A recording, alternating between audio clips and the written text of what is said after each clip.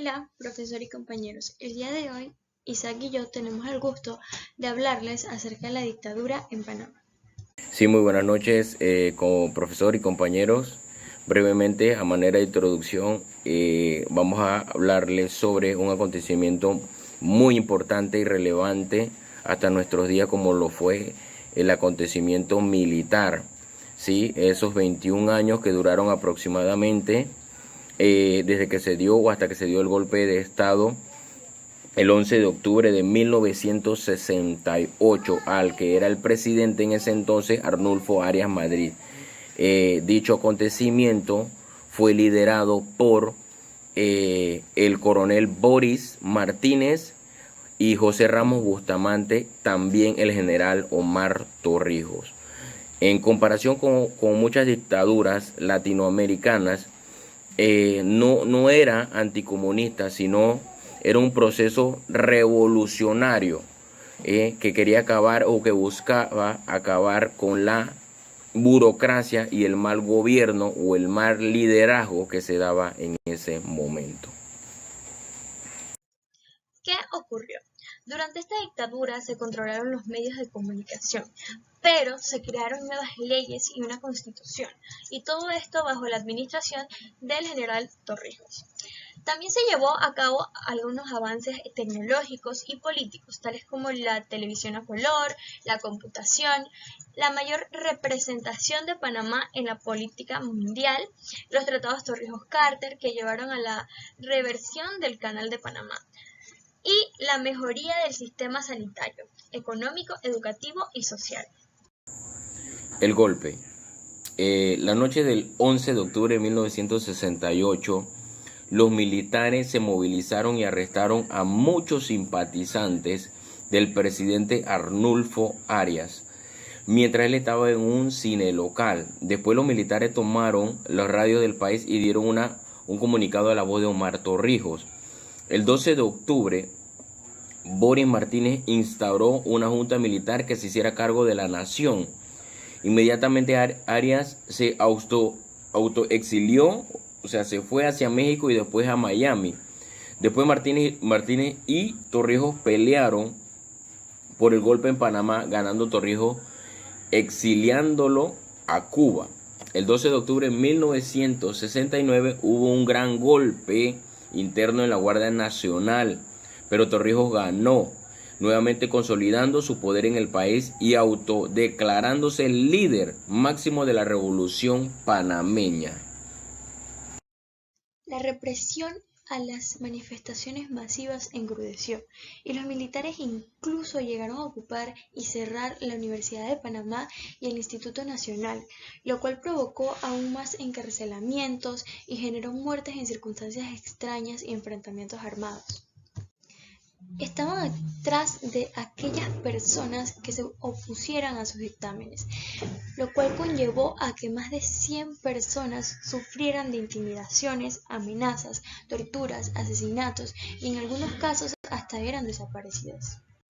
Entonces ya el gobierno versus la política venían tomando su forma. ¿Qué quiero decir?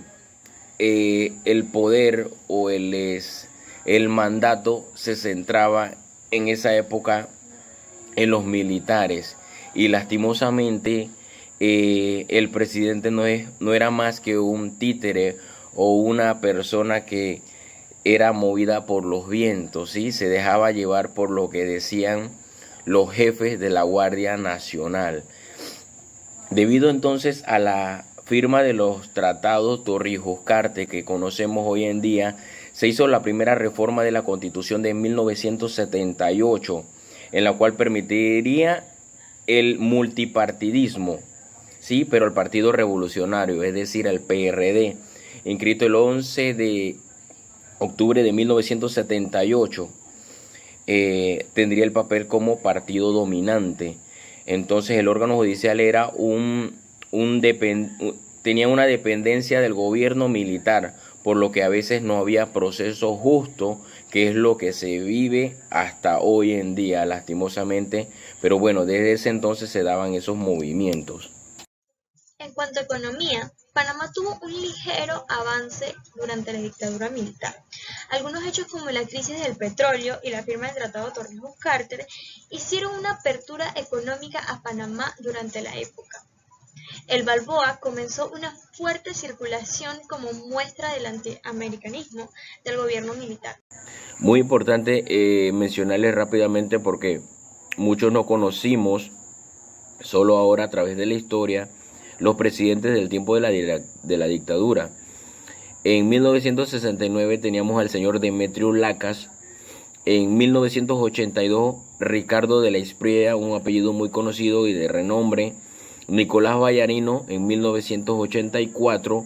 Manuel Solís en 1988. Apenas estaba naciendo yo, este servidor. En 1978 el señor Aristides Royo, también muy conocido, Jorge Illueca en 1984 y Eric Arturo en 1985, y en 1989 teníamos a Francisco Rodríguez. El fin de la dictadura. El 31 de julio de 1981, el general Torrijos muere en un accidente de avión. Tras la muerte de este, cuando el gobierno se desestabilizaba, la Guardia Nacional nombró a Rubén Darío Paredes como jefe de gobierno. Creemos, utilizando la paradoja o la frase que se discute hoy en día, que si Panamá fuese como lo fue en el tiempo de Noriega, nuestro país fuera mejor. Eso se discute mucho en nuestra actualidad.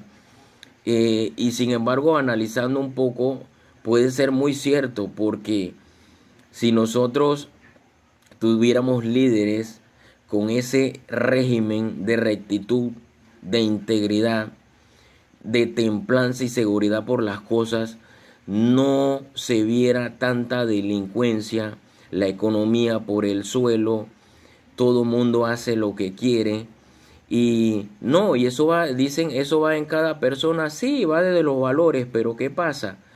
Nuestros líderes para eso están, entonces para eso están las leyes. Pero bueno, yo siento que del tiempo militar, traerlo ahora a colación o hacer un consolidado y exprimir, sacarlo provechoso, es lo más significante para nuestros días y para los venideros. ¿Por qué? Porque hay que ver y darnos cuenta que si nosotros actuamos de manera recta, íntegra en algunas cosas, como se daban en aquellos tiempos, las cosas marcharían mucho mejor. Y hablando de economía y hablando de en el área del derecho, en el área de que tienes una posición de alto renombre en el país, que tomes decisiones, créelo que si utilizas como base o como fundamento de lo positivo, hablando de lo positivo del tiempo militar, va a ser beneficioso. Por supuesto que hubo muchas situaciones desagradables, muchas situaciones donde se menospreciaba a la gente y se les trataba como arreos, donde el que mandaba 100% era solo el líder, era solo el militar o el presidente, y se hacía todo de manera autocrática. Entonces tampoco las cosas caminan de esa manera. Yo siento que hay que sacar el mayor provecho del tiempo militar, lo beneficioso, valga la redundancia, traerlo a colación y ponerlo en práctica, porque si bien es cierto, hubo muchas cosas positivas, debo decirlo, como lo dije al inicio. Entonces es una historia bastante importante, relevante, de la cual nunca se borrará, y más para nuestros hijos. Muchas gracias. Aportes finales. Como primer punto, la cúpula militar que depuso al doctor Arnulfo Arias Madrid, presidente de la República, se autodenominó Gobierno Revolucionario y se comprometió a reorientar las estructuras sociales, políticas y económicas del país por senderos de paz y progreso.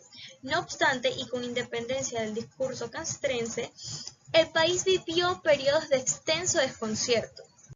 Como segundo punto, en la época de Manuel Antonio Noriega, la corrupción y el cinismo se apoderaron del gobierno y una ola de oposición política se desató, y las malas relaciones con los Estados Unidos llevaron a la invasión que llevó al fin del gobierno militar.